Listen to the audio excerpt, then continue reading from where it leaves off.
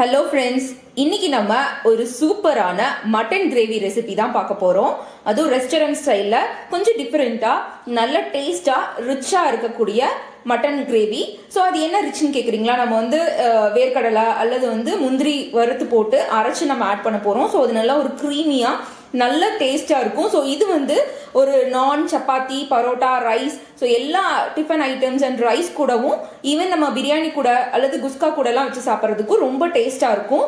Even நம்ம jeera rice, key rice கூடலாம் perfect காம்பினேஷனாக இருக்கும். வாங்க அது எப்படி செய்யறதுன்னு பார்க்கலாம். இப்போ நம்ம மட்டன் மசாலா செய்யறதுக்கு ஃபர்ஸ்ட் ஒரு பேன் வச்சாச்சு. பேன் நல்லா ஹீட் ஆயிருச்சு. இப்போ 2 டேபிள் ஸ்பூன் அளவுக்கு எண்ணெய் இதில் ஆட் பண்ணிக்கலாம். இப்போ எண்ணெய் சூடானதும் cashews ஆட் பண்ணிக்கலாம். நான் இன்னைக்கு 7 to 8 cashews எடுத்திருக்கேன். இதை ஆட் பண்ணிக்கலாம். இது கூடவே 5 to 6 வரமிளகாய் ஆட் பண்ணிக்கலாம். இது கூடவே 4 கிராம்பு, 2 பட்டை, 1 ஸ்பூன் அளவுக்கு சோம்பு, 2 ஏலக்காய், 1 ஸ்பூன் மிளகு, கூடவே கொஞ்சம் சின்ன வெங்காயம், ஒரு 10 சின்ன வெங்காயம். இது கூடவே ஒரு 3 டேபிள் ஸ்பூன் அளவுக்கு துருவின தேங்காய். இப்போ இது எல்லாத்தையும் நல்லா ஃப்ரை பண்ணி எடுத்துக்கலாம்.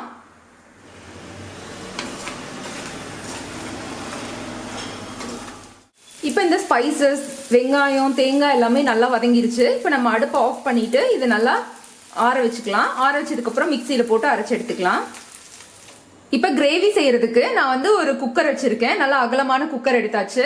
அதில் 2 டேபிள் ஸ்பூன் அளவுக்கு கடலெண்ணெய் ஆட் பண்ணியிருக்கேன். ஸோ எந்த குக்கிங் ஆயில் வேணாலும் ஆட் பண்ணிக்கலாம். எண்ணெய் நல்லா சூடாகட்டும். இப்போ எண்ணெய் நல்லா சூடானதும் 2 கிராம்பு, 1 பட்டை, ஒரு 1/4 ஸ்பூன் அளவுக்கு, கொஞ்சம் 1/4 ஸ்பூன் அளவுக்கு சோம்பு ஆட் பண்ணிக்கலாம். இது நல்லா பொரியட்டும். பொரிஞ்சதும் நம்ம கட் பண்ணி வச்சிருக்கிற வெங்காயத்தை ஆட் பண்ணிக்கலாம். இப்ப சோம்பு, பட்டை, கிராம்பு எல்லாம் நல்லா பொரிஞ்சிருச்சு. இப்ப கட் பண்ணி வச்சிருக்கிற ஒரு 2 மீடியம் சைஸ் வெங்காயம், பெரிய வெங்காயம் நான் எடுத்திருக்கேன், நல்லா பொடியா கட் பண்ணி. ஸோ இந்த வெங்காயத்தை நம்ம ஆட் பண்ணிக்கலாம். வெங்காயம் நல்லா ப்ரௌன் ஆகிற அளவுக்கு நல்லா வதங்கணும். நல்லா அது லைட் ப்ரௌன் ஆகி நல்லா கேரமலைஸ் ஆகணும் இந்த எண்ணெயில. ஸோ அந்த அளவுக்கு நல்லா வதக்கிக்கோங்க. அடுப்பை நல்லா சிம்ல வச்சு பொறுமையா வதக்கணும். இப்போ பாத்தீங்கன்னா வெங்காயம் நல்லா வதங்கிருச்சு. பார்த்தாவே தெரியும் நல்லா கேரமலைஸ் ஆயிட்டு நல்லா ஒரு லைட் ப்ரௌன் கலர்ல நல்லா அதுல எண்ணெயில் நல்லா அப்படியே பொரிஞ்சு வந்திருக்கு. ஸோ இந்த டைம் நான் இஞ்சி பூண்டு அரைச்சு வச்சிருக்கேன். அதை நம்ம ஆட் பண்ணிக்கலாம்.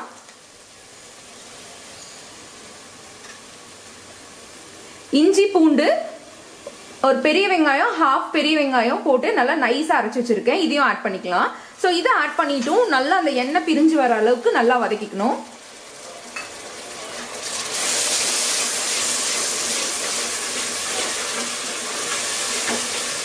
இப்போ இஞ்சி பூண்டு நல்லா வதங்கினதுக்கு அப்புறமா நான் ஒரு மீடியம் சைஸ் தக்காளி ஆட் பண்ணியிருக்கேன். தக்காளி நல்லா கரையிற அளவுக்கு வதங்கணும். ஸோ இப்போ தக்காளி போட்டதுக்கு அப்புறமா நம்ம உப்பு, மஞ்சத்தூளும் ஆட் பண்ணிக்கலாம்.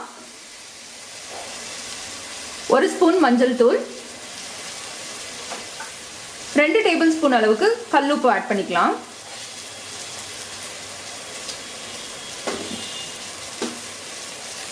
இப்போ தக்காளி நல்லா கரையிற அளவுக்கு வதங்கட்டும். இப்போ தக்காளியும் நல்லா வதங்கிருச்சு. பார்த்தீங்கன்னா தெரியும் எண்ணெய் நல்லா பிரிஞ்சு வந்துருச்சு. இந்த டைம் நம்ம அரைச்சி வச்சிருக்கோம் இல்லையா, அந்த ஸ்பைசஸ், வெங்காயம், தேங்காய் எல்லாம் போட்டு அதை நம்ம ஆட் பண்ணிக்கலாம். இப்போ நம்ம அரைச்சு வச்சிருக்கிற அந்த ஸ்பைசஸை இதில் ஆட் பண்ணிக்கலாம்.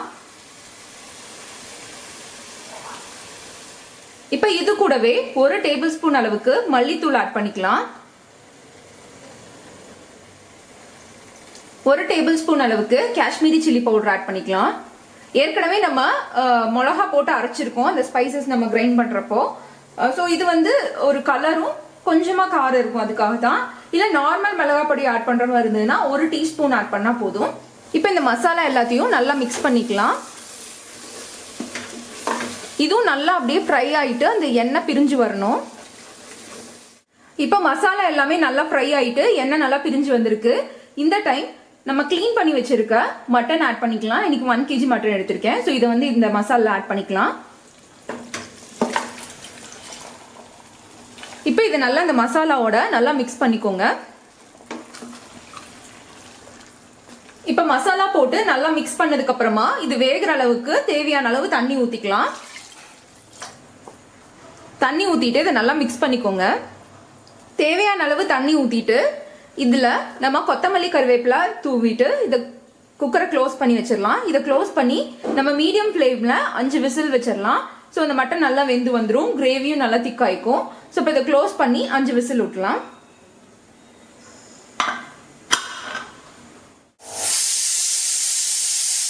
இப்போ 5 விசில் விட்டாச்சு, விசில் அடங்கிருச்சு. நம்ம குக்கர் ஓப்பன் பண்ணி பார்க்கலாம்.